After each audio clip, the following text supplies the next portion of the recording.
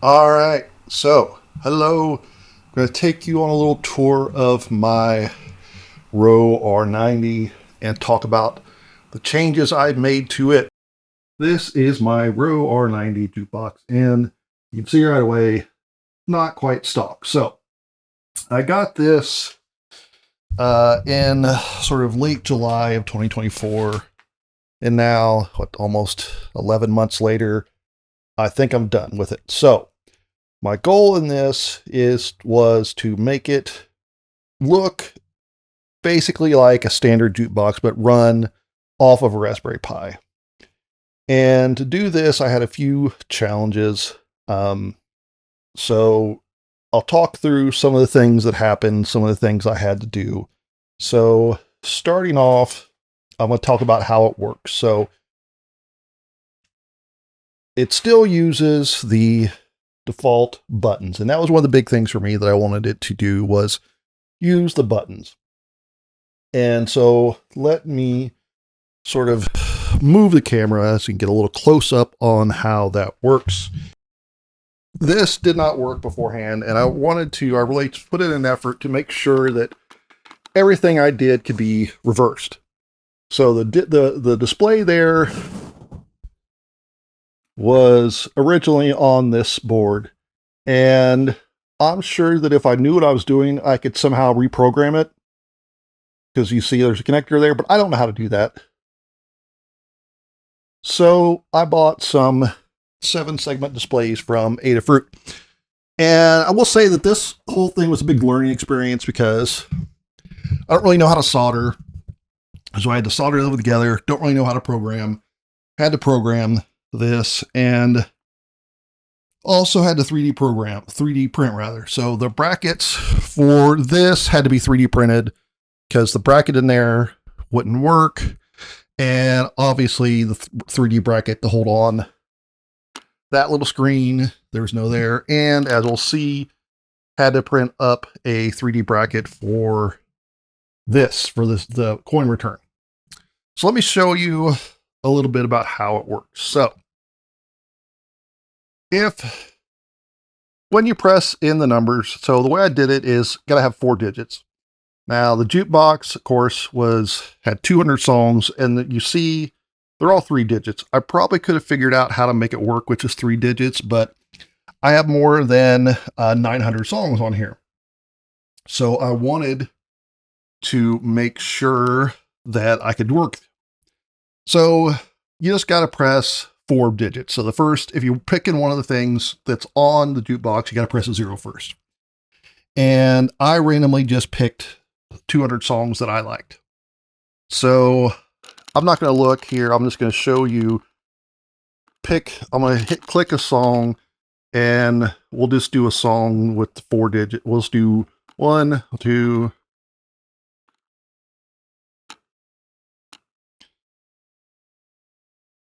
1, and I'm not going to hit the 3 because you're going to see what happens when I hit the 3 or whatever the next digit.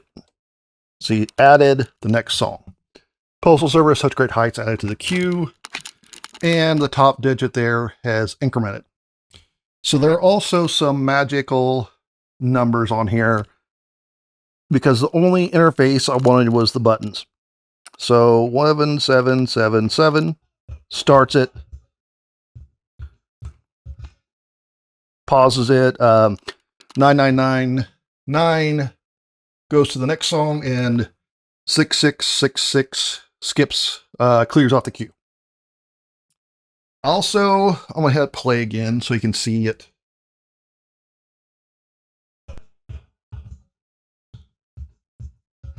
The lights, I replaced all those. Those were originally individual light bulbs. Me being me, I was like, I want LEDs. So the easiest way to do that was just light strips. They are run off, I believe it's ESP32, and there's an app I can control. WLED will allow me to set it up. I don't quite have it right because the lights down at the bottom, it's all in one strip. I don't quite have them tuned in to be as reactive as the ones at the top.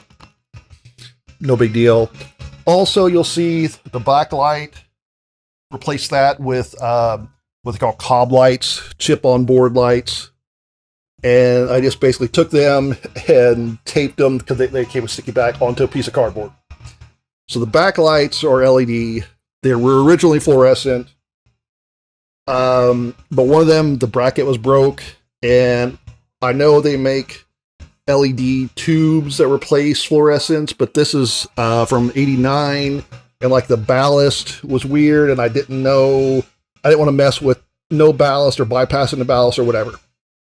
You'll see the screen, there's kind of a short in it. That's because of the screen, the cable, or rather, there is like a bar here and here, and so it's very little room for that to fit in. Let me pause the recording here, and we will open it up. One thing I want to show you is my handy dandy custom opening sticks. I saw some people on some, let's focus. There we go. On some, so the jukebox forum selling custom ones, and I'm like, I could just take a pipe and cut a groove in it. So I've got 2 of those to hold up the door. So let me pause and open it up, and we'll look at the inside. So here we go. I've opened it up, the jukebox, and this is the backlight. Just took a piece of cardboard and ran the lights. You'll notice had to do a little patch here because it's a tight fit, and I'll remove this in a second. But on where the little song strips go, there's a little piece of metal, and that had cut through, so I had to patch that. So that was one issue. So I'm going to remove this so that you can see inside. For the lights, you'll notice that it's still on because the lights are totally separate. They have their own little plug, and I cut them and soldered in some little clips so that they can be taken apart. You see the green wire, that's because the wires I had were 3 wires and these are only 2 wires. Anyway, so the first thing you're going to notice is here is the mounting for all the bits. So we have the Raspberry Pi there on the top right, power strip. Below that we have the HDMI extractor, and the white box on the bottom, that is the sound reactive. That's the ESP32. And next to that is a Bluetooth receiver. So just to start with that, the Raspberry Pi, you can control it through an app. For example, I use Android, and Malp is one, and that can connect to it. But I just wanted everything to be local. So you can't do like Spotify or YouTube or anything with that.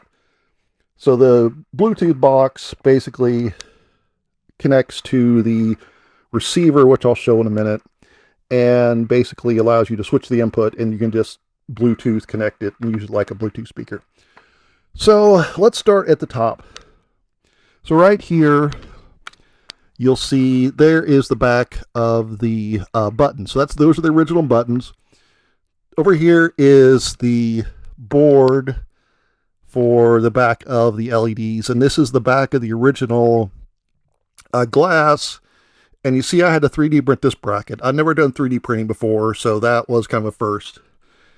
And then over here is the monitor I was talking about. You can see how tight it is that I had to put in these right angle connectors. Trying to zoom in here because I'm holding my mic in one hand and this in the other. And they're very fragile, and in messing around with it, they probably got a little flaky. So basically, we have that. It is a touchscreen, but I'm not using it as one. The buttons, I connected them through this joystick, the USB type converter.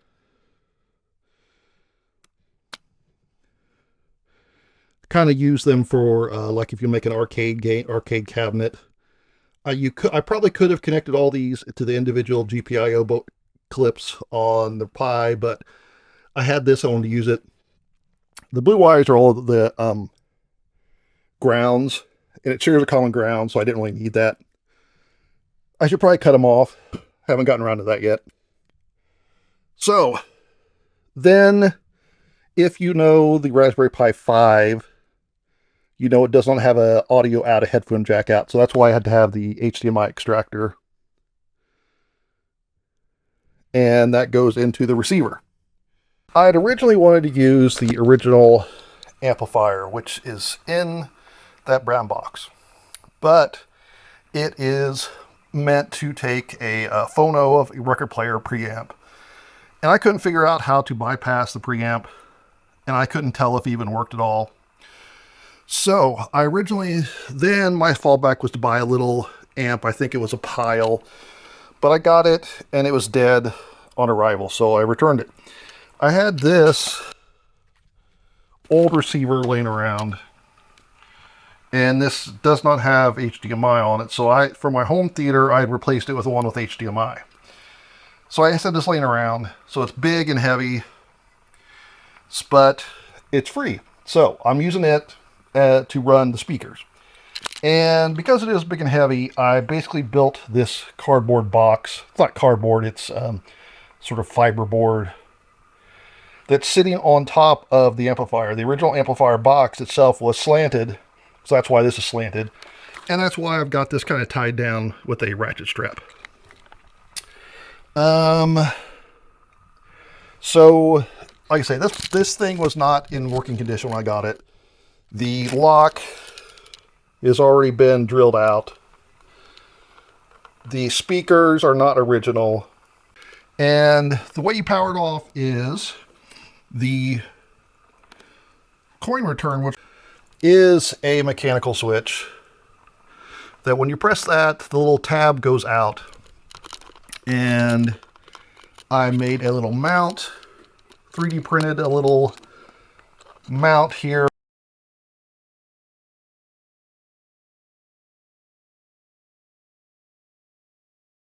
That runs a script which signals to the shutdown. So let me go ahead and shut this up, and I'll go ahead and talk some more while we over some B footage. All right, so I'm gonna press this.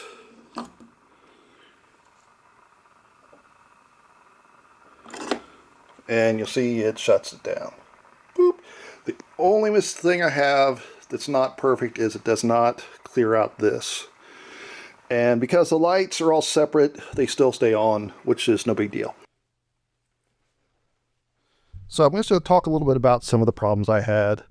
Because I'm not a programmer, I don't know what I'm doing. And so what happened was, first, none of the programs that I saw worked kind of the way I wanted them to. Most of them, for making a jukebox, assumed that you would have a touchscreen. I didn't want that.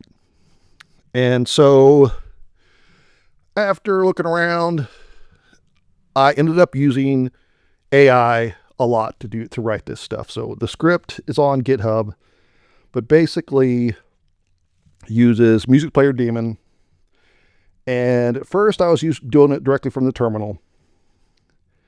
And then I decided I want to use that little screen. So I tried to do that, and I was having problems because I was running a terminal and I couldn't figure out how to get one terminal window to do the numbers and display the album art. And with the most recent Raspberry Pi 5, like I say, the existing software either didn't work on the current Raspberry Pi 5 or didn't work on the current version of Raspberry Pi OS. I wanted both for whatever reason. So that eventually I wrote this in GTK, which I didn't know anything about.